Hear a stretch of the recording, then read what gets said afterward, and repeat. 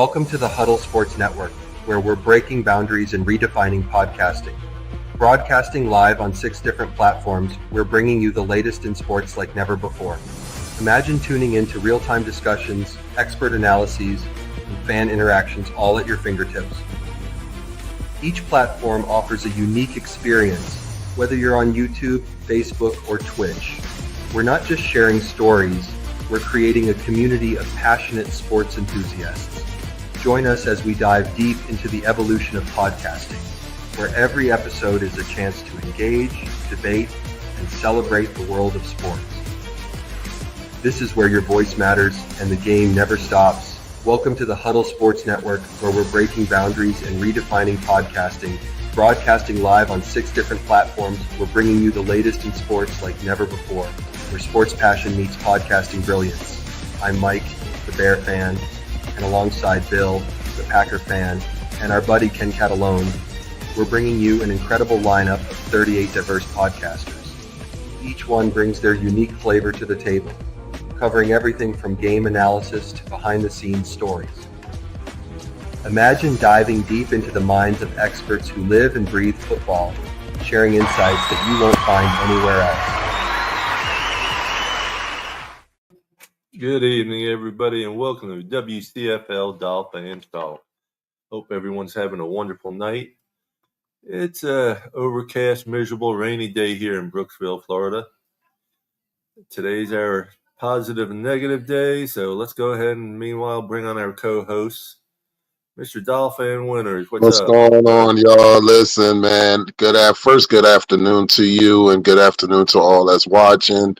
And unfortunately, it's not a happy Monday for us Dolphin fans, because we all know what happened yesterday. So we'll get into it, but bring on everybody else, good brother.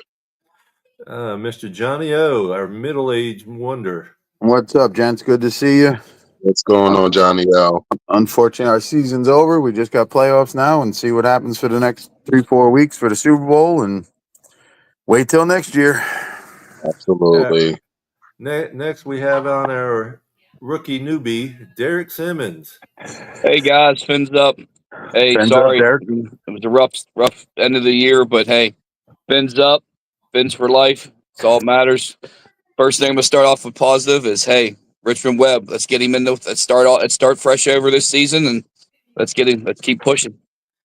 Meanwhile, let's bring on our young man of the bunch, long time no see, Ethan Stepp. Yo, Ethan. What's up, brother? Nothing much. Like everybody's saying, sucks. Season's over. We got a lot to talk about. Well, I'm going to start off with my negatives and positives. Just name a few and be done with it.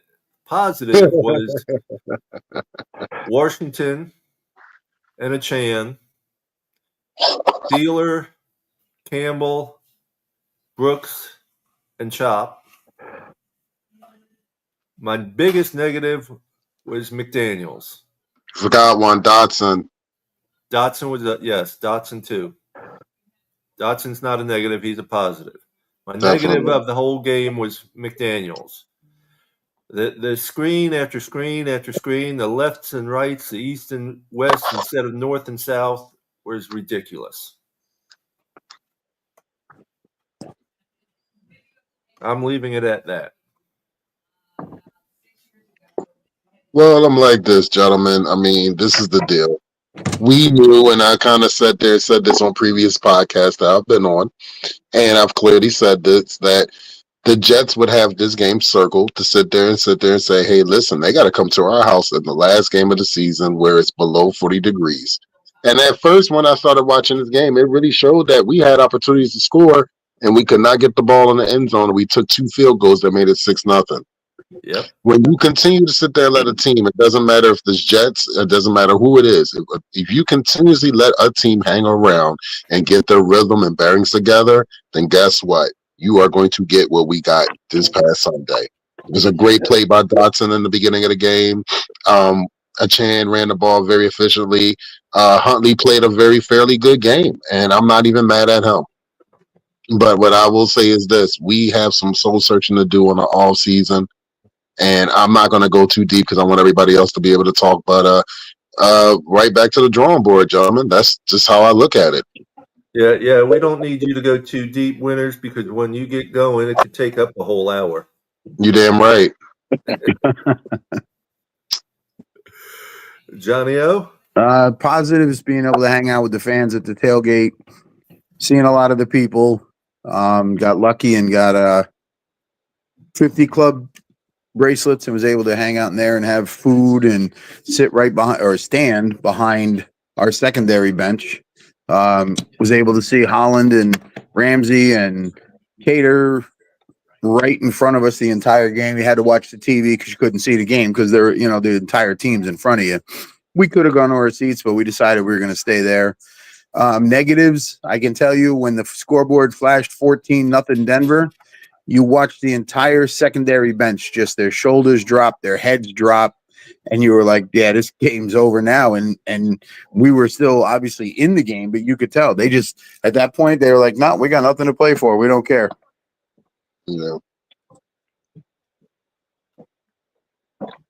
Who's next, Derek or Ethan? Either one is good. Go ahead, Derek. The positives, like Paul said, Dotson, Achan, Smith. Just a frustrating year. The negative, biggest thing was me. Just how did we run so many screens, and then after with back-to-back screens, one got a negative, and then went back to the other, and it was just very frustrating. It just seemed like there was no play calling at all to even try to win the game, and then seeing that scoreboard up on the TV too was just terrible. And it just and then the Jets Stadium put it up too, and it's just a rough to watch. There's a lot of heart on that team, but we got a lot of crybabies as well, and we're starting to find that out. Yeah, so my positives, you can look, I think we struggled this year, but I think if you look at it, we've got a good young core with like Malik Washington, Chop, all those guys. I think we had some good free agent acquisitions with Calais Campbell and Jonnu. I just think we have a bunch of crybabies on the team. There's some guys that are going to have to go. And I think the negative for me, of course, the screen passes. We talked about it yesterday. And I think the media comments that are made and then kind of the fallout after the game is kind of making the Dolphins face the music, like forcing them to do it because, we talked I said yesterday, it's time they got to look in the mirror and see what's going on. I think they're having to do it earlier than they thought.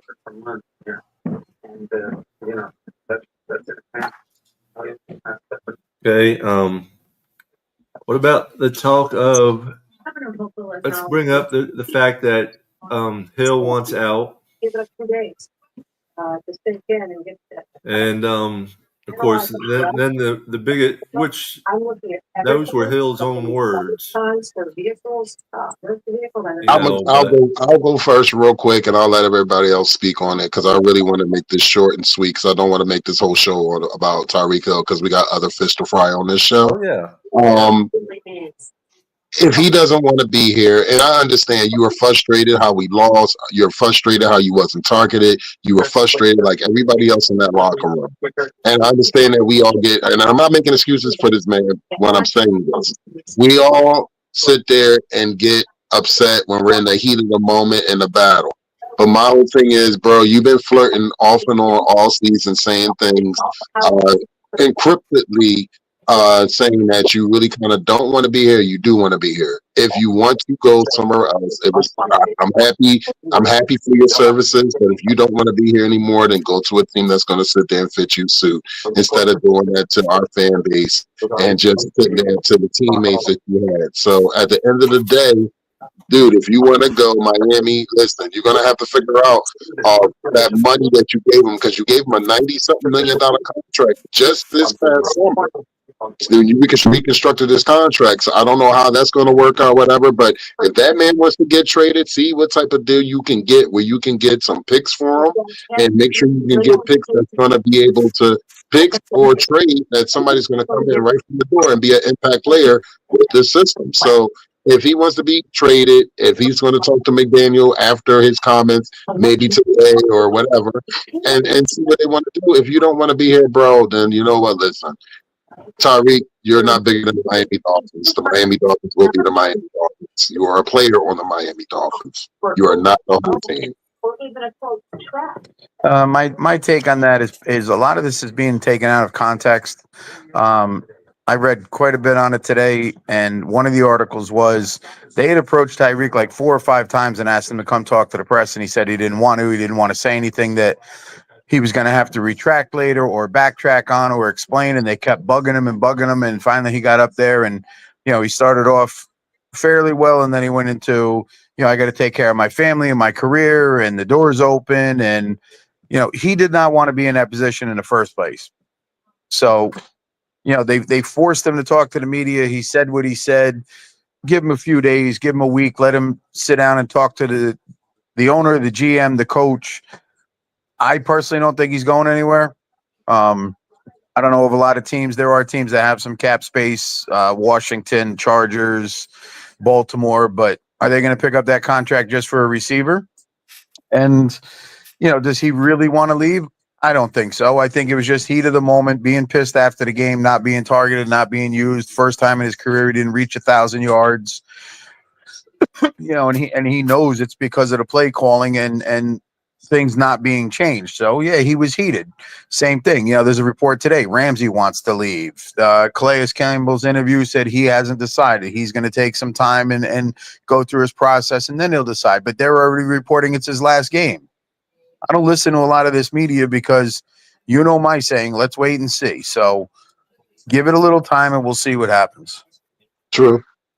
Yeah, I think if you look into it, especially what John said, especially if they pressured him to talk after the game, of course, the heat of the moment, everything, which they were grilling him on ESPN, which the media, of course, is going to grill him, of course, saying, well, he shouldn't have said that, which, you can say you couldn't have said it. But then, like you said, with the trades, who's going to take on his contract? Because, it's a massive contract. And just for a receiver, who wants to take that?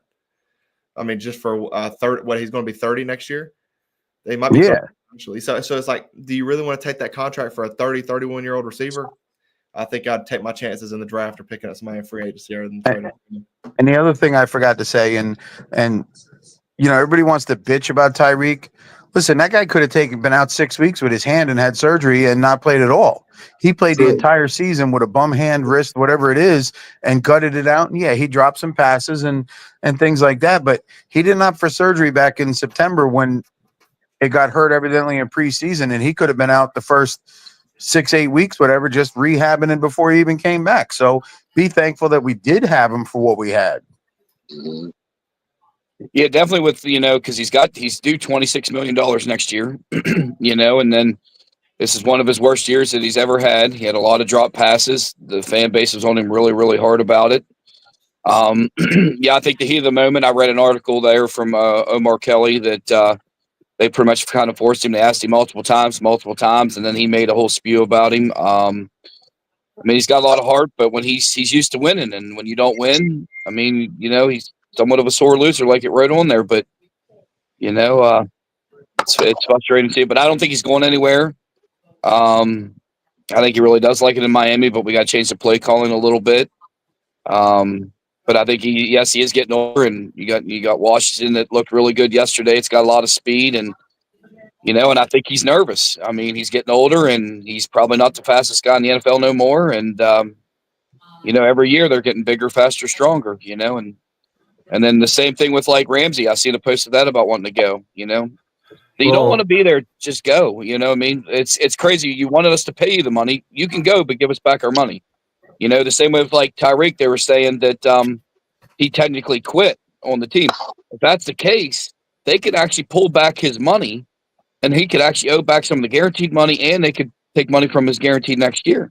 So we don't know what's all behind the doors. The media's just going for him mainly because of clickbait and all this crazy cryptic things he's writing on X and everything. I think I just don't know what's going on with him. You got to give it some time. But yeah, like you said, I think he's going to be walking a lot back. Okay, to reiterate on Calais Campbell himself did say this is his last game until he reevaluates himself and see where he's at, see how his body's doing, and what's good for him and his family. Well, see, the interview I saw, he didn't say that. He said that he would go through his process and evaluate everything and see how he felt. And he said he felt good enough to play, but he doesn't know if he wants to go through, he didn't say training camp, but the rigors of, being in shape to be able to play again next year. So, yeah, well, that's part of his evaluation. That's part of his own evaluation and stuff. Yeah.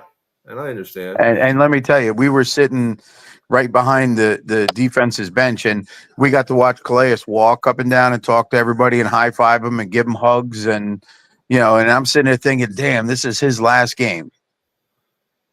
And it very well could be. I want to say hello to Shake, Joe Rist, Evan, your little brother, your little big brother. Yeah, yeah. And Lisa, Music My Life. That's okay. That's okay, Ethan. I'm my brother's little big brother too. That's right. That's right. Did you guys see the presser with Jonnu Smith though? There at the end of the game. I hope we bring him back next year, and he just the way he has all the heart and the passion. He had one of the best seasons of his career, and then the way he comes back and just doesn't try to put it on himself, and just how to get better and be better as a better teammate. I'd love to see him as a captain next year. I would too. I think, like I said, he was one of the best acquisitions we've made in the past 5 years. I think he's just a team guy. He loves the culture. He loves Miami. I mean, I think he's a great player. He helped us a ton this year. I mean, especially when we were struggling in a game, he was always there. You could dump the ball to him. He'd get a few yards, or he'd go score touchdowns. I mean, he was just a really good for us this year. So I agree. I mean, I'd like to see him as captain too. That'd be great. Well, I mean, we made a couple good acquisitions. Chop, Jordan Brooks. Yeah. Jonnu Smith, I loved. He's been great once we started using him. We did not start off using them. First 5 or 6 games, we didn't really use them. Right. Yeah, and that's one of the reasons I think he didn't make the Pro Bowl is they didn't use him the first portion of the season. Right. If they had done that throughout the season, his numbers would have been astronomical. To the roof. I mean, it wouldn't even be close. What's up, Jorge Callis? There needs to be a lot of changes made, a lot of upgrades. I seen somebody talking about it. What we need to acquire, which is offensive guards, which is we all say that. But he said we needed a new RB2. And I'm like, what are you talking about? We have a Chan and we have Wright. Yeah, and both of those are great. I mean, I don't think you need to look. I think running back, we finally have solidified the running back. Running back 1 and running back 2.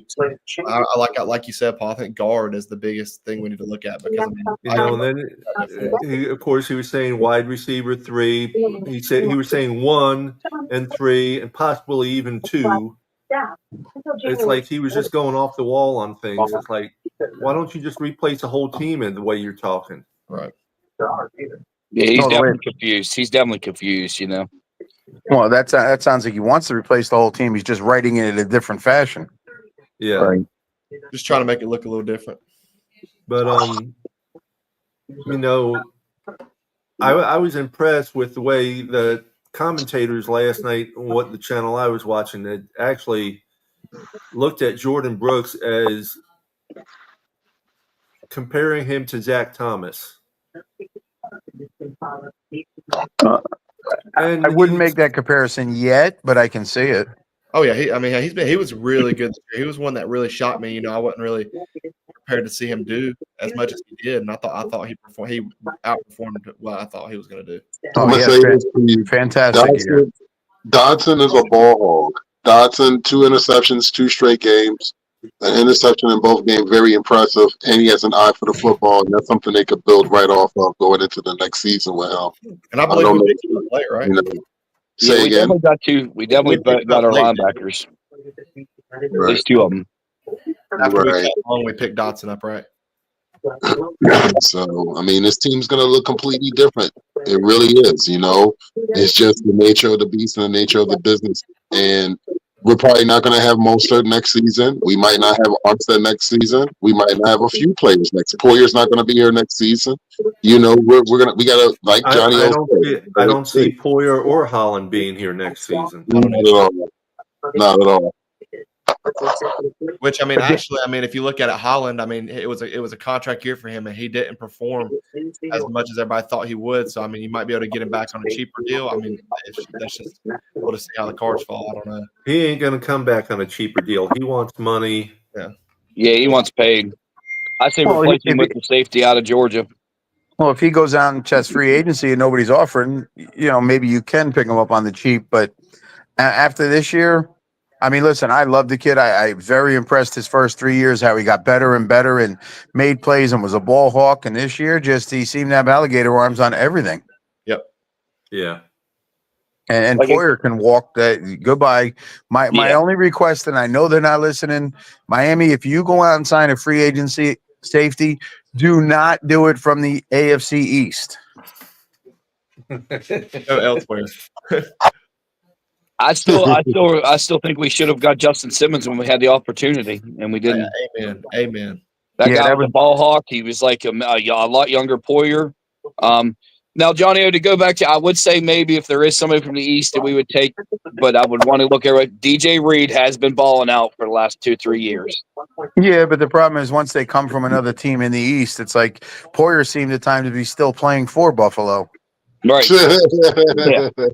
Yep. I think we need to look at the draft before, we try to bring in somebody like that, unless we're going to get them cheap. I mean, there's plenty. There's some really good safeties out there. Main thing, like I said, I don't see we taking a guard in first pick, but I don't know. My biggest concern, like I said, is if we lose Weaver, then we're just then we're starting from ground up because of the defense, and then Ramsey going to go, and then you got to try to replace Campbell. That's just we lose that's Weaver, what's got me worried the most. We lose Weaver, we're basically starting all over once again. Yep. Well, there's a lot of reports that Weaver's going to get talked to. So, well, the Bears are requested. Yeah. Like the foundation's already been laid, the blocks are starting to go up, and Weaver's already knows what he's got, what he's going to get in the draft, and we've hit pretty good in the draft on defensive guys. I mean, we've done pretty decent over the years. Well, you got to think about it like this, and I can't blame Weaver for this. You got head coaching job openings at the Saints, at the Bears. You might have they haven't decided on Dallas, but we got to see how that plays out. But we got about 5 open vacancies right now, and if I'm correct, the Saints and the Bears both have. Anyway, my bad, New England as well. They all have a shitload of cap space and a shitload of drafts. So any one of those places will look very appetizing to any coach or anybody that wants to be a head coach right now in the NFL. So I can't blame him. I really can't. Well, I don't blame him, but I think I have a feeling because of his own comments that he might be coming back, as his comment was that he would love to see Chop, Jalen Phillips, and Bradley Chubb all out there together and stuff. That's some stacked defense ends there. That's I mean, we stay healthy. That would be a beautiful thing. But if I am offered a NFL contract to be an NFL coach and on an NFL team, and the offer is lucrative and it looks very nice, I love you, Miami, and I love what I've done for you for this year. But I have to go on and sit there and go and see if I can sit there and do this myself. So what's the chances you get another opportunity like this? Absolutely. And money talks. Money talks. Absolutely. Yeah. I mean, Ross has a big pocket too, though. Yeah, but you can't pay him head coaching money to stay as a defensive coordinator, because then you're going to start causing problems between him and McDaniel. Oh, well, you're my assistant, but you're making the same, and then you start getting all that drama, and it may never happen. I mean, Weaver could get a pay increase and stay there, and they get along great. Out of the teams you mentioned, winners, the only one I don't see a lot of the guys finding as appealing is New England, because they cut their coach after 1 year. Well, he would have had his job still if he would have lost. Kraft wanted that number 1 draft pick, and then they were going to trade back and get a whole bunch of draft capital. I'm telling you, that's what it was. If he would have lost the game, he's still there. Yeah. The problem is they were playing a team that wasn't trying to win either. So yeah. So, and I'm like this. I mean, at the end of the day, we have to pay attention to New England, gentlemen. As much as I don't want to admit this shit, that's one team.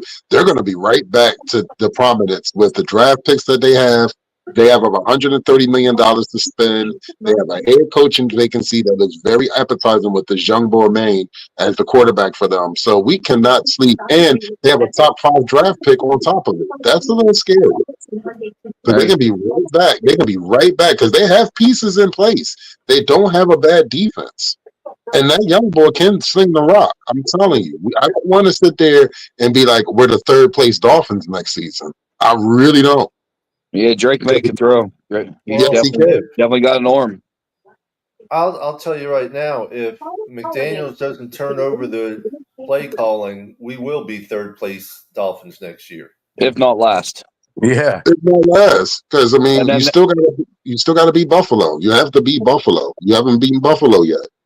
If we start out 1-3 or 1-4, I think he gets fired mid-season, and then we're starting all over, and then it's just a waste of a season. And it's like he's got to lose the big head, and I think it's there. There's talent there, you know. It's just The talent's definitely there. I mean, it's been proven. It's been there. I mean, and he's got to give up the play call. Like, I mean, But he keeps saying himself he's got to change, and he doesn't change. right. He doesn't change a damn thing. No, we were talking about the same stuff when our season ended last year after the playoff loss, and we're still talking about it almost a year later. Yep. you know all the screens at the beginning of the game, and then towards the end when we're driving down the field, we didn't do the last 2 drives. We didn't run very many screens at all. We were throwing it down the middle. And I'll say one thing. I think that's got to be fixed is the nagging injuries we have every year, whether it be Tua, Armstead, any of these guys. It just feels like it's every year towards this time we have somebody hurt, which I get being banged up, but some of these guys have got to push through it. You know what I'm saying? What I'm saying? On Tua, from what I've gathered, the information I've gathered is he's got a torn muscle. Right. Well, listen, I mean, I was at the game. I know Winters said Huntley was one of his positives. That was a huge negative. Both those picks were thrown off the back foot. He had nothing on the ball. He was just lofting them up there. He wasn't stepping into his throws. He looked more scared than he looked, in previous games. And it just, I'm not impressed enough with him to keep him as a number 2. I'm not either. And I mean, I think like I wanted to bring up, like, do we look towards the draft for a backup quarterback, or do we go get one that's established that we know can come in and do something if we need him? It's just, I mean, it seems like a glaring issue with us every year is of having a backup quarterback for some reason. Anybody but Skylar Thompson. Thank you. Yeah, I agree. Ever since we let Matt Moore go to Kansas City and get Super Bowl ring, we haven't had a decent backup. We haven't. And they keep bringing back Skylar Thompson. Like, I thought we got rid of him when they cut him like a couple weeks ago, and then I saw that they were going to bring him back, and I'm like, oh my God. What are you seeing this guy? We should never let Mike White go. No, Well, Mike White looked horrible in the preseason. He just Yes, he did. Well, he didn't have Yeah, a he good system, did. but I mean, I still think he would have done if he had more time. I think he would have done better than Skylar.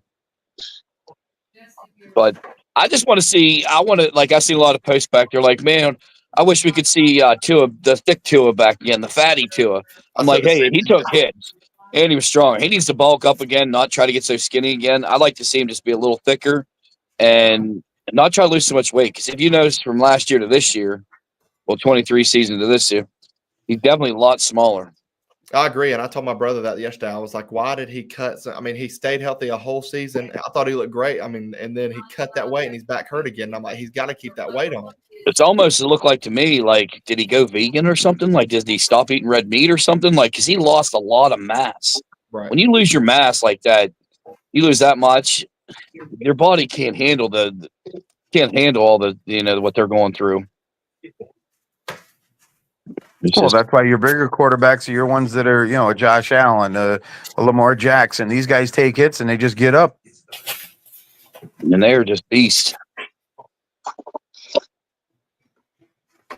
Because if he's still going to get the ball out as quick, he's still going to get the ball out quick, no matter if he's a little bit bigger or not, And like I said, he stayed healthy, that year, and I think he threw just as good. And we don't want him running. Because obviously when he runs, he wants to put his head down. Yeah. Yeah. That's how he got his hit that's a first, problem. diving head first in between 2 guys instead of just sliding. Yep, and then running in the chest of DeMar Hamlin. Yep. Yeah, both his injuries this year were caused by him. Yeah, they were. I mean, just recklessness. I think it's like, well, when you have this injury history, I know you're a gamer and I know you want to play hard, but you've got to keep it in the back of your mind. Like, I've got issues with being injured. I'm not as I guess strong as some of these other guys running around out here and take kids and stuff. I got to be mentally prepared to do stuff to protect myself. And I know he keeps harping that. Yeah, he knows he's a QB1. He's got to stay healthy. Well, it's time to start. It's time to shut up and put up. You know what I mean? We need you. Like, Two is there for us. That's all we got right now, unless we want to start a rebuild. And I do not want to start a rebuild. There's some times I disagree with stuff, but Two is our franchise right now. We have him. We need to go forward. We need to build around him. And it's like you look and you're like, at our position right now, who are we going to go get who are we going to go get right now that's gonna help us stay at the level we're at or get better than we're at. We should have been better than we're at now, but like, you know what I'm saying, like where we were last year to now, it's different. But I mean, who's gonna get us better than that, right. There's no backup quarterback right now that's actually going to be better than Tua. Right. No, and there's nobody in the draft either. And the biggest problem is, think about it. Tua missed a third of the season. Yeah, I mean, he missed what? That killed us. Yeah. Especially the first 4 games, and then that just killed us. And then sitting out here with the 2, Well, yeah, it all comes down, just slide. If he would have slid both these times, he probably would have played all 6 games, possibly. Oh, yeah. Yeah. No doubt. I like how he made the point about the first 4 games because we had games in there that should have been won. We should have beat the Seahawks. We should have beat the Colts. I mean, if we win those games, we're in the playoffs. Right. So it's like, come on, we got to have those the easy games. We got to have them. And then don't forget about the Cardinals. Don't forget about the Cardinals game. We were up by 10. I was at that game, and I'm like, it was there. The defense gave up to it, throw a good game, and then we lose with like 5 seconds to go, and I'm like, oh man, here we go again. Like, it's unbelievable, man. I mean, it's just the games that it's hard to say. Like, I mean, you look at it and you're like, the Bills game, we lost by that 60-something or however long that field goal was. I was like, oh, he's gonna miss this. We're gonna go to overtime, and of course he hits it, and I'm like, I mean, it's ridiculous. Did you guys see the stuff to where the Dolphins are going to do something for the members? Because I know there's a lot. I've seen a lot of people saying they're canceling their tickets. Hopefully they do something nice, You can cancel all you want. They got some 3,000 plus people waiting on a waiting list for season tickets. It's. I get the frustration. I understand, but canceling your tickets ain't going to do you no damn good. Because then if they do well and then you want to sign back up, now you got to get on the waiting list. Then you got terrible seats. But I also remember in the Titans game, it was Monday Night Football, and we got blown out at home. I'm like, oh my god. Yeah, that was a rough one too. But there was some pretty calm. Mason Rudolph. They had their backup to still beat us. But with the whole season ticket thing, though, there was a lot of people. There was an ex-fan of the year that wasn't former fan of the year that wasn't happy. You got a lot of big people that had some power in the fans. Oh, yeah, trust me. I know exactly who you're talking about. Sis was not happy at all. That's family.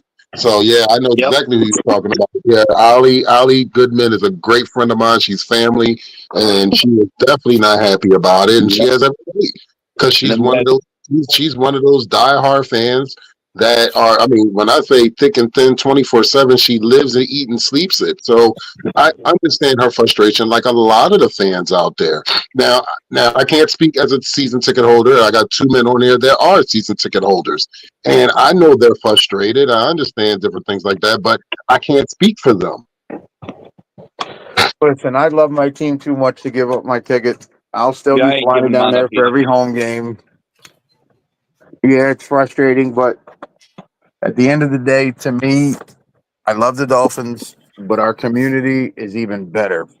The Dolphins bring us together, and I got to meet all you people, and still meeting people, and yesterday at MetLife, people are, I know you from your channel. Can I take a picture? And I'm like, yeah, okay. I don't know who they are, but that's the community we have. So I'm not getting rid of my season ticket. Yeah, that's the biggest thing that brought me in on that was literally just coming down, finally getting on this chat, just meeting all you guys, and it's just a family. I think honestly the tailgate and coming out and all the charity work we try to do, like with Richard Webb, I try to help out. Chris does some shirts and Allie does stuff. Maria, that is the best thing in the world. Like I love to come to the tailgates. Like you meet so many good people. It's family. Like I'm just honored to be part of this family now. Agreed. I sat there. I mean, I just started going to home games, Derek. Just about 2 years. This is like my third year going to home games and going to away games. And the family is like no other. You're always meeting other people. I mean, I'm blessed that we have this show. We're going on our 2-year anniversary, if I'm correct, next month. So, I mean, it's gotten me more notoriety, even though that I've been getting notarized from Facebook and other things. This show and the brothers like Johnny O and Paul and, like I mentioned, Ali, and I can go down a whole list of people. And we're a huge family, and I get it. I mean, the experiences at the tailgates are like no other, and I look forward to those more than the game sometimes. So I feel exactly what you're saying. I'm 100% fully agreeing with everything you just said, and I tell people that all the time. I tell everybody, they're like, "Yo, you really live this." Yeah, I do. Because, I mean, I generally love this team, good, bad, or indifferent. But the fan base, majority of it is family. You know what I'm saying? We're going to agree to disagree. We're not going to always like everything that we got to say about our team. But guess what? We are all for the Miami Dolphins. Absolutely. I'm not a season ticket holder, but I mean, I can speak for especially the guys in this group. I mean, since what, 2 years now that we've been talking, and I got to meet Tom last year at the Commanders Dolphins game, and hopefully I'll get to meet y'all at the Carolina game and then the Atlanta game. I mean, I think it's awesome. I mean, y'all, we've all texted and talked about more than the Dolphins. I mean, we're family, so it's really cool. Yeah, hey, if you guys ever need an extra ticket, I have 4. Me and my buddy have 4, but I have 2, and 90% of the time I go by myself. So hit me up, guys. You guys can come with me. Somebody can come with me. I got you. I'm moving down to Florida here in a few months, and I want to try to go to every home game, but I don't want to go. I don't want to drive by myself. I want to go with somebody. I mean, I won't be alone, but it's just like, driving down there, parking in the yellow lot by myself, and then walking over. But yeah. Oh, listen, you're moving down to the Jacksonville area. You're going to meet Dolphins fans, so you may have a neighbor or somebody who'll be like, "Yeah, I'll pay for that other ticket. I'll go with you. Let's go." But you guys are family, though. That's different. You guys get first dibs. You guys got me in here, and that's all that matters. The good thing about our community is the family happens pretty damn quick. Yeah. They took me wide open arms, and I was just, Allie just took me in right away, and I was just like, wow, like, yeah.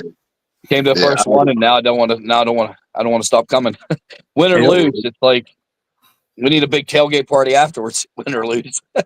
We always do. We go right back to East 12, 22, and just hang out, play music, drink beers, throw the football around, and either celebrate or commiserate. Well, at least now that I got to drive back, now I'll be able to hang out for a while. We always tried to get out of there. I'm like, guys, let's go back and let's hang out, and I was always outnumbered a little bit. They were tired, ready to go. I'm like, hey, we got to go enjoy the rest of this here. We only did 3 games this year. Like, time's short. Enjoy it. Mm-hmm. Well, yesterday, standing where we were standing in the 50 club, we were allowed on the field afterwards, and they let us stay out there for like 20 minutes, a half hour, taking pictures and walking around the field and stuff. And by the time we got out, most of the traffic was gone. I'm like, this is great. We normally go out and hang outside at the truck and just wait and watch the traffic and leave when it starts to dwindle. But yesterday, we just stayed on the field.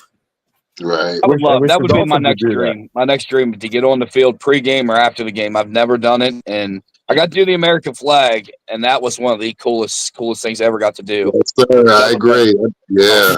Just because there was all the veterans out there, and I had a my buddy Austin Ringler is a veteran. He's down there in Florida right now, and to every veteran out there, thank you. And just being out there with all the other veterans, I just felt special. I didn't even feel like I deserved to be out there, but they allowed me to be out there because I was with, family and stuff that's in the military, and it was just an absolute honor. Well, you know what? That's fucking bullshit. 3 years I've been trying to hold the flag, and I still haven't been out there to hold the flag. You got to get your rep, man. Get a hold of your rep and tell them, hey, I want to do this. There are no more reps.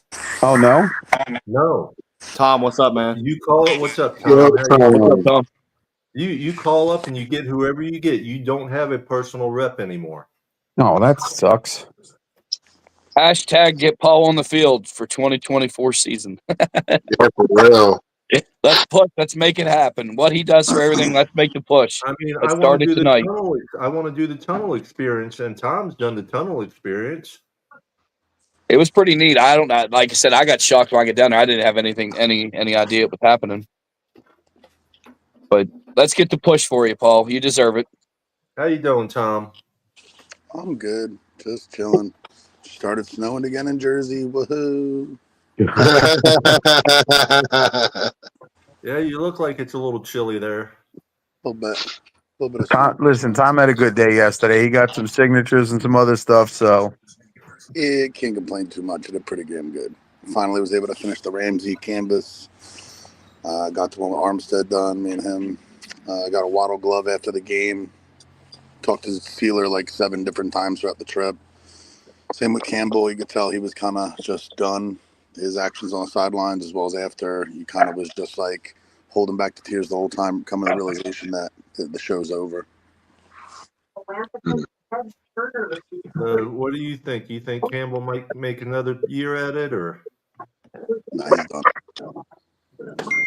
The only way he comes back is he does like a Sue style comeback. Come back like week 8, 9, 10. Goes onto a playoff team trying to make a push. Other than that, I just don't see him going through the hard, laborious off season, then a really hard summer in August, and then going back through it all over again. Yeah. I'd love to see him come back as a coach if he can't, help Weaver out. I think that's a possibility. Yeah, I think he'll come back as a coach. I don't know if it'll be next year, but he's definitely going to get back into football in some way, shape, or form. we were talking about Weaver before. I read a report today that if Weaver leaves, the Jets head coach that they let go would be a good fit for defensive coordinator. Saleh or Ulbrich? The one the Jets just let go. Saleh. Saleh would be good. I mean, he wasn't the greatest head coach, but I mean, he had an extraordinary, record as a DC. So I mean, it wouldn't be a bad look. I mean, he helped out D'Amico Ryans become a DC and a head coach eventually after that. Yeah, so I mean, I do know a lot of the rates of these really good defense coordinators have always struggled with being a head coach.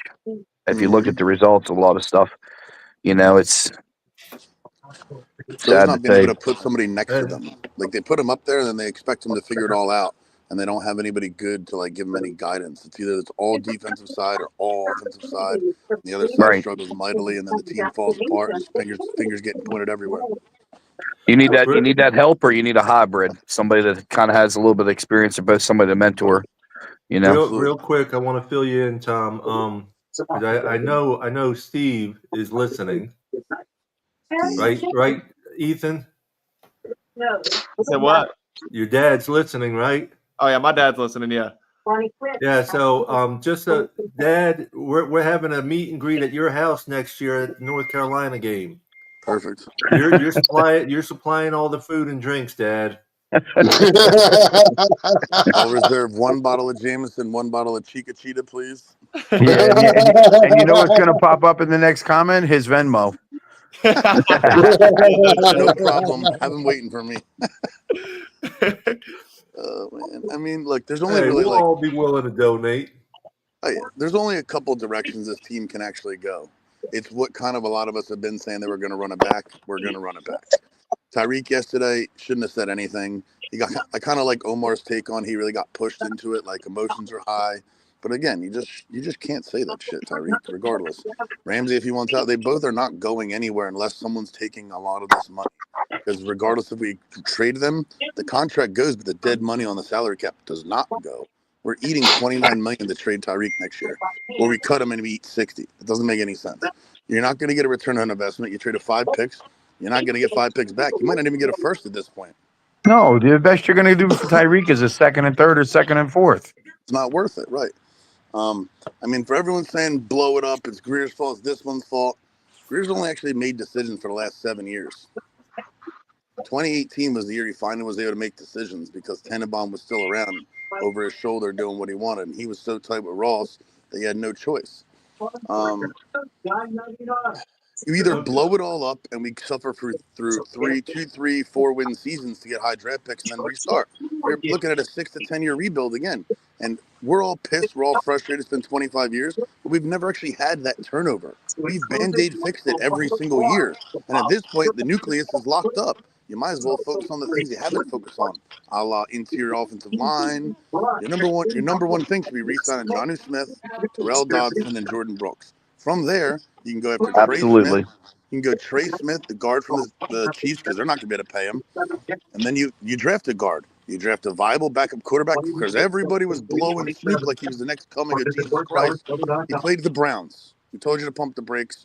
No, he's good. He's serviceable. He looked awful yesterday and lost and confused. You either strip it down to nothing and restart, or you try to fix what you have. We haven't had these 4-win seasons. We had one terrible 1-15 season, 10 years ago? Besides that, we made the playoffs 4 times. Yeah, we haven't won, but at the same time, let's do it over, blow it up. What's the next steps on blowing it up? Please tell me with what we have now. How do you blow it up and make it work? It All right, doesn't. we've been closer. We've been closer to making that next step, to making it big and deep into the playoffs than we have been trying to rebuild. And I agree with you doing that. We've only had 2 or 3, low wins. So I got a And then it's question like, for then you, be like, Tom. oh, well, so let me real quick ask you. Oh, well, Houston's really good. They did it good. They also had 3-13 seasons, and then they got 3 first-round picks from us. Like, they had 7-8 draft picks in 4 years and played shitty for 4 years. Finally got their head coach, got a good quarterback. They worked on the offensive line. Like, their defensive line and defense was top 5 in the league as well. Like, it's just, you can say that about every team that struggles and has problems. It's just surmounted. Regardless of the outcome of our game yesterday, we weren't getting in anyway. So I don't know why we suck, we lost to the Jets. It was 38 fucking nothing. Broncos over the Chiefs. It didn't matter what we did yesterday. You know what I mean? Yeah. Just as Okay. at much least as one everyone good gets thing is we emotion got problems, we have emotion problems too. We're fans. Players are humans just like us. we do have Okay. 11 draft picks. I It's definitely going to got make a a big quick difference. question. Who's got the TV on in the background? I'm outside. On I me. do, but mine's very low.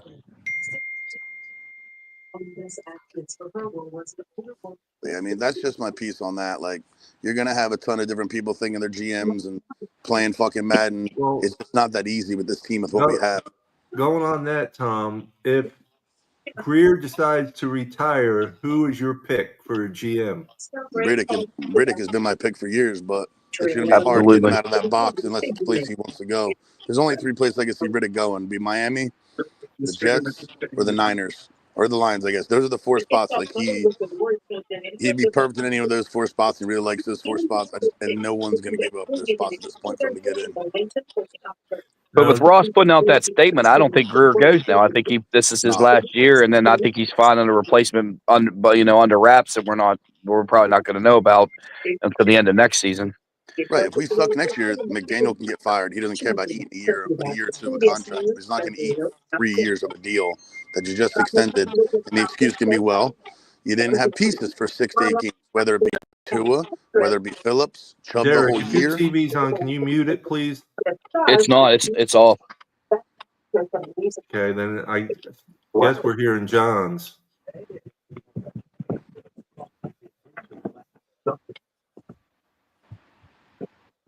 But yeah, I mean, that's where I'm thinking. I don't want Dimitrov at all. I don't want Pace or Poles, whatever his name, at all. You don't want the guy from the Titans at all. He fumbled like 4 different things awfully. Henry, Brown, Simmons. I mean, we're just kind of stuck at the moment. We got $5 million cap space, which is probably going to go up, say, $30 million next year. That's conservative. I mean, we went up $43 million last year, the biggest it's gone up ever. You're adding international games. You're still debating on adding an extra week to the year again. You're going to say it goes up 30. We have 35 right there. Tua's got a $25 million incentive in his contract that March 1st, we either give it to him as a signing bonus and help lower his cap, which in turn lowers the team's cap. This year only played 9.9 million against the cap. Next year's like 52. So that 25 mil could be big. Tyreek has the same clause in his contract, which is a guarantee for 10 million. If you have both those clauses, you use both those clauses, you could use a 25 or 26 on Tyreek's, but Tua's has to be using 25. That's an additional 35 million right there. Armstead's 18.2 when he leaves, and then you make a decision on Chubb. You pay him 26 to leave, or you pay him 29 to stay. You know what I mean? What's up, Dan Bird? Berkman. What's I- up, Bertha? Dan? What's going on? Depending on how it works out, I think we'd be better off paying Chubb to stay instead of paying him to leave. Well, yeah, he's off a full year of Absolutely. recovery. I think he'll come back strong next year. I don't think he'll be, have any Especially- limitations for us because he's been off the whole year. Especially the uncertainty with Phillips and when he comes back and if he's going to be the same. I mean, I'm sure he'll be good, but it's going to take him a few games. And when he finally got in rhythm the last 2 years, he got hurt. Yeah, we need to not rush him either. Let's let him have some time. And Chubb's going to mentor Chop. I think that will be the biggest thing, and that's going to make him into the next Cameron Wake 2.0. Well, Phillips was mentoring Chop on the sidelines. Yeah. Okay. Chop got a lot of insight from a lot of different positions, and it's both positions that he needed. He needed And Armstead was helping him as well. Exactly. Armstead helped him with his technique on his hands and his rush because he's more of a 4-point, 6-point stance. And then you had Chubb helping him on, contain the edge. Bradley Chubb's always been better in the run game than any D end that we have. So he was helping him there. So, yeah, both guys are good. Like, we had a lot of mentors on this team. It just didn't work. When we got stripped down to these thin positions where we really needed it, interior offensive line, we lost all of our backup tackles we signed. Like, we always have a good backup swing tackle. Both guys were hurt. I mean, Keon Smith got hurt in that Atlanta game for the first preseason we had. He's supposed to be your emergency fifth tackle. We had to go into a must-win game in Texans with Jackson Carman. Who the fuck is that? 5 pressures, 5 sacks? Like, you know what I mean? And then we moved Patrick Paul over to the right tackle, which I was shocked. Right. We didn't really have a choice at that point. If Armstead's healthy, you're going to play him, and we needed Jackson back. So Well, Jackson's back healthy. I gave him a 70%. He was only about 60, 70%. He struggled. If you noticed, you could tell his knees was bothering him. He was getting beat on a lot of plays. Oh, yeah. He was definitely hurting. He was just trying to stay out there to help the team. He's got a tear. I asked him straight up. He's like, something in there is not right. I was like, yeah. He wouldn't tell me what. But I was like trying to poke through, and he really can't. But like Armstead's always a really good guy off the field too. So tells it like it is. He told you as much as he could. He's like, yeah, I'm not right, but they got to die on my shield for this team.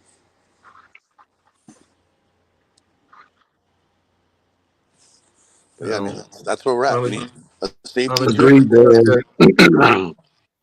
On a little bit of a different subject, that game last night, I didn't get to see it, but oh man, it was good. It wasn't as close as I thought it would be.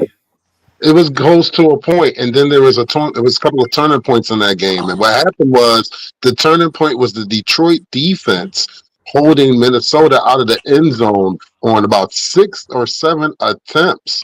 And when you do that, and I mean, there was literally 4 down territory, and they still didn't get the ball in there. It was one of those games where when you think first, second quarter, okay. Third quarter, sooner or later, somebody's going to sit there and somebody's going to figure it out. And Minnesota had opportunity after opportunity, but Detroit is that damn good.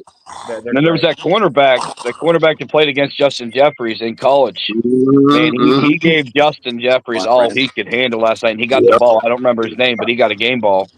Yeah. I'm telling you what, I'm rooting for the Lions. Lions all the way for the Super Bowl.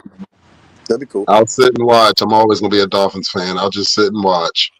Well, I'd root for just because of Campbell, but yeah, Dolphins forever. But out of all the teams that are left, I want the Lions just for Campbell. You're rooting for whoever can win me some money. Well, that's not me. Yeah. Yeah, Tyreek cost me yesterday, obviously. But it is what it is. I would say we need 1 guard drafted, 1 brought in a free agency, 2 safeties. I don't want Holland back. I don't care if he wants to take a discount. I don't want him back. Re-signed 2 of our linebackers, draft a 3rd. I think, honestly, as horrible it is to say, but I think our first-round pick should be one of the D tackles from Michigan at 13. Whoever's there, Kenny or Mason. And then you go. Hey, Johnny and Tom, Dan's asking if MetLife Stadium was really half full as it looked on TV. Less than half full. Yeah. At times, a lot of people were staying inside in the concourse watching. They weren't out at their seats. There was not a lot of people. I would venture to say the stadium was maybe at most 60% full.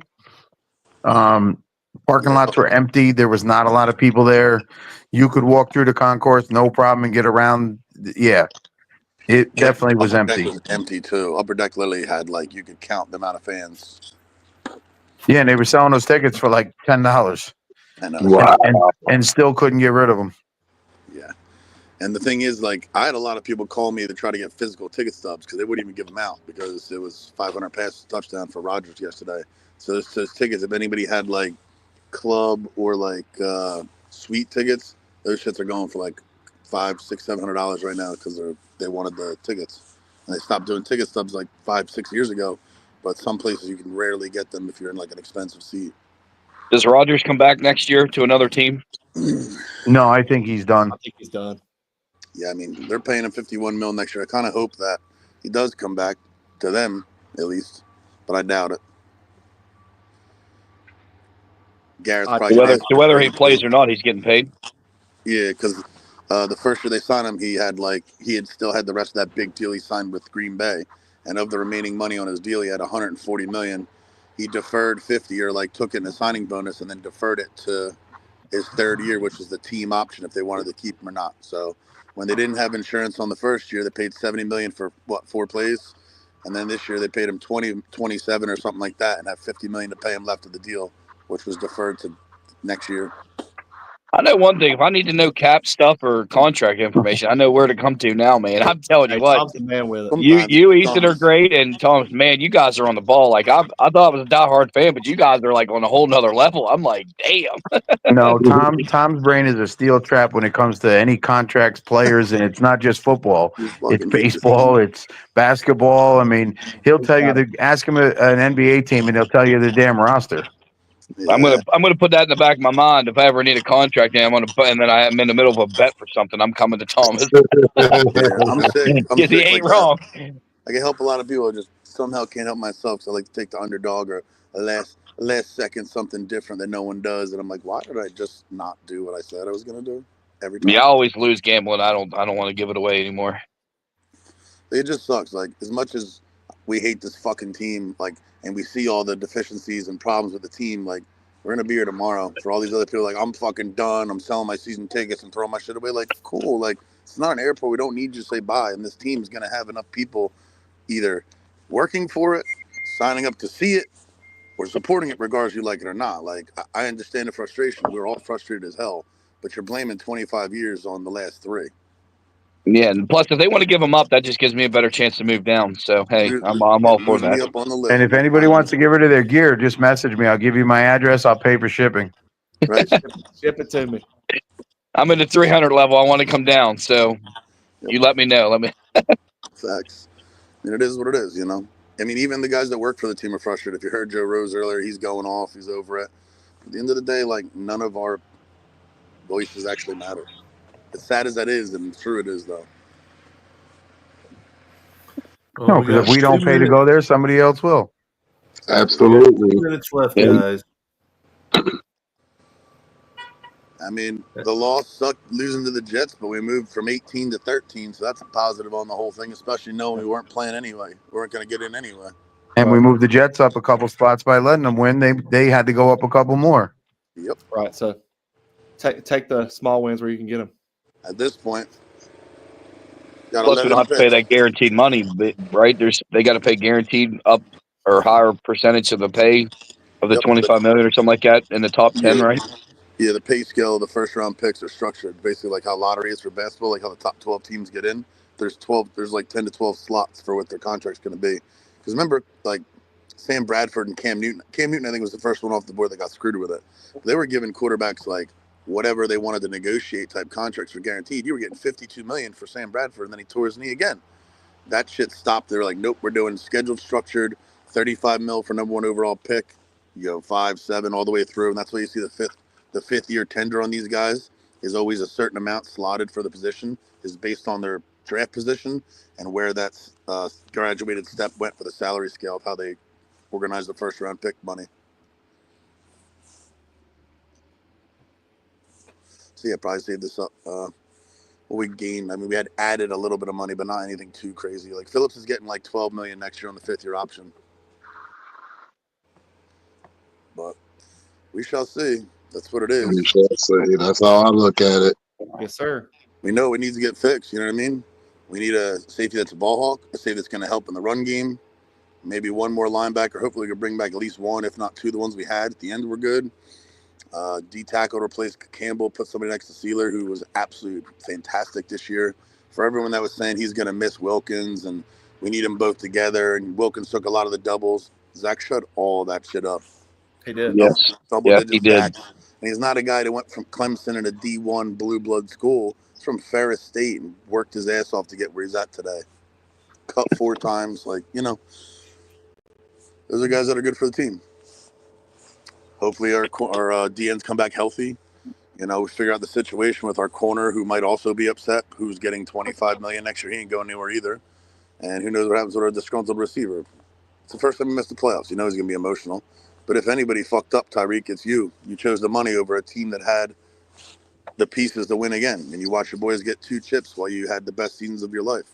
Hey, I had to break in real quick, but while we were live, Rappaport posted, he commented on Ramsey's post on Instagram. And the thing says that Ramsey wants out, and Rappaport comes back and says nothing to do with that at all. So I don't know what's going on, but Rappaport shut it down. So I don't know what it is. Well, see, that's the other thing too, is people got to understand, and unless you're hearing it live from the player's mouth, what you read, it could be an AI, it could be a fake account, That's why my philosophy has always been and will always be, let's wait and see. Right. You get something out there, you don't know if it's true or not. Yeah, we can all watch different things, but how do you know that's actually that person's Twitter account or, anything like that? It could be Joe Schmo who just broke into it or got the name or, whatever. Right. You're talking about something personal in his life going on, family, like a feeling, a mood. Ramsey was actually the most cordial and relaxed I've seen him of the 18 times or last year I tried to get him to finish that canvas. I know that doesn't mean shit, but he has to get paid. He's now the highest paid corner by $7 million, not like a couple dollars. He got a $7 million raise this year. Yeah. So the biggest thing I seen with the feed was if Hill just wasn't pressured in, he just would have just played it off a little better. That's all. I think more fans were upset that he wanted to leave the team than anything. It was already a bad loss, and then we didn't make the playoffs, and then Hill's comments just made the fan base even more. He wanted the recognition from it, but like he'd like to troll everybody, but this was a bad thing for him this time. Yeah, I think the first time he said him out is that he wanted to leave, like he wanted to be out of the interview. And the more they kept pressing it, the more kind of pissed and conceited he got. It was like, fuck you, no one out altogether. Right. Yeah, and then think about it. If you're Hill and you've played all year with a hurt hand, wrist, whatever it is, and you've heard all this negativity and then you miss the playoffs, you're not going to be happy. You're a competitor. Right. A lot of people were saying he quit. I was like, yes, he had some drop balls. He had a bad year, but the man was hurt, and he played right all the way up until, he knew he was out, He could have went out mid-season with that wrist injury and been done for the season, And then that whole offense would have definitely changed, even if Tua was in there, And think about it. Yesterday, even if he plays in the fourth quarter, does it matter? Nope, and that was right before that said. He goes, look at the score, it was 38-0 Chiefs. So, it's one of those things where at that point, does it actually matter? Doesn't matter. And he's thinking, all right, my hand hurts. It's cold as hell. What the hell I want to go out there for? I personally don't blame the guy. I don't see it as quitting. I see it as, smart body management because he's 30 years old. And we need him next year. We got to have him paid. He ain't going anywhere, and we're not going to, kick the can down the road to ruin us for future. And that's another thing. Think about it. He said he wanted out, but if he really wanted out, he'd have been out in there in the fourth quarter still showing what he could do. So other teams would say, yeah, we want to trade for him, or, we want that guy. He wasn't showcasing for anybody. Game was over. Season was over. He's like, listen, hand hurts. I'm not playing. And that's that. Right. Like you mentioned the money about kicking can down the road. This is like the first time in the last, since, which is terrible. People hate Greer on it. But Greer cleaned up a lot of fucking problems that we had with Jeff Ireland, Dennis Hickey, and Tannenbaum, where we did kick the can down the road, but we were so cap-struck in hell. And then Ross brought in Brandon Short, and the two of them worked these contracts great. Like, as much as people hate on them, like, the language in these contracts have been good, like, regardless if you like the money value or not. But the ways in and outs of these deals and the way we can manipulate the cap is like some of the better teams in the league that manipulate the cap that you see. Look, the Saints are negative $50 million every year, and they somehow sign players. Like, it's crazy. We have $5 million, and we got people thinking that we're like the poverty franchise of the league, not going to be able to sign anybody next year. There's plenty of ways to get money. It's just about how you want to go about it. The Jeff Ireland error was that was one of the worst. That was one of our worst seasons too, and still spent a bunch of money. So, like, it happens. It's going to keep happening. It's just a matter of how they want to do it. So we'll see. It is what it is, It is what it is. So, Papa Paul, on a positive note, what do we got coming up? Here in the future, like what's some big things to the Dolphins thing going on? Like I know we got the draft stuff. We got the bike ride, DCC challenge, right? That's February. What is that? February 28th, I think. Anything else besides? I know the Indy thing's coming up, the IndyCar, but that ain't nothing with the Dolphins. No, I don't know if they do any charity thing for that. It'd be nice. Got my party in April, and then Allie's party is usually in June. Schedule in May at some point. May 13th, if I'm correct. Around that time. Usually the second week of May is when the schedule comes out. Didn't they hold it? Didn't they do it? Didn't they hold it till the end of May this past year? Or no? Was it beginning? It was May 13th last year.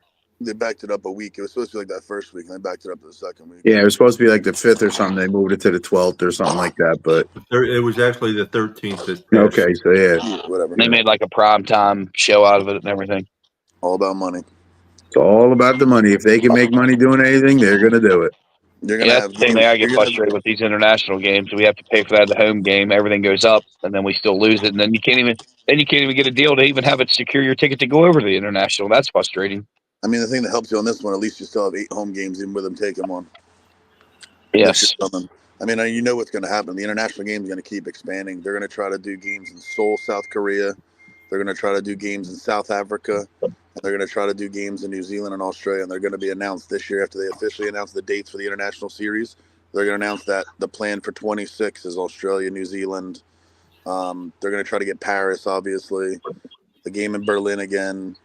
And where the hell else did they say? Somewhere else besides Rio and Mexico. I completely forget what they said, though. Because they went up to eventually, Goodell's goal was to get up to 16 international games, correct?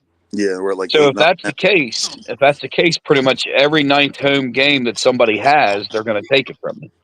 Yep. Right, but then they should lower the season ticket prices to not include that game. You're still paying for it, but you don't have it. Right, they're double dipping because we're paying for that home game, and then not even. And it'd be different if you got the chance to even go to the a different country. We are and we're not paying. We are not paying for the home game. If you look at your invoice, you're paying for 8 home games plus 1 preseason home game.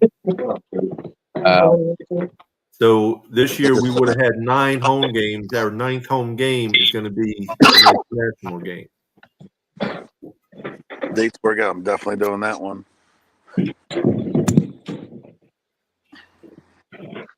Well, dinner time. Yeah, it's about that time, gentlemen. I'm about to hop off. Yes, sir. I got some more snow to shovel out here to get cleaned up. It just never ends. Yeah, I went out twice and did mine earlier, and I am in the house, so I feel you. Yeah, I gotta get. It's just a little bit, but I want to make sure my I got to go out and shovel snow too. Yeah, whatever. Yeah. What do you got? Snow sitting in the yard? I got a snow machine out there. Yeah. For all the iguanas that are falling off. Got to shovel all of them frozen iguanas. Mm-hmm. Okay, everyone. Take care. Everyone out there, I want to thank everyone on Facebook, YouTube, Twitter, Huddle Sports Network. Y'all have a wonderful night, guys. Stay safe out there and stay warm. Peace, love, and fins up, everybody. See you Wednesday. Peace, love, and fins up. Love, fins up.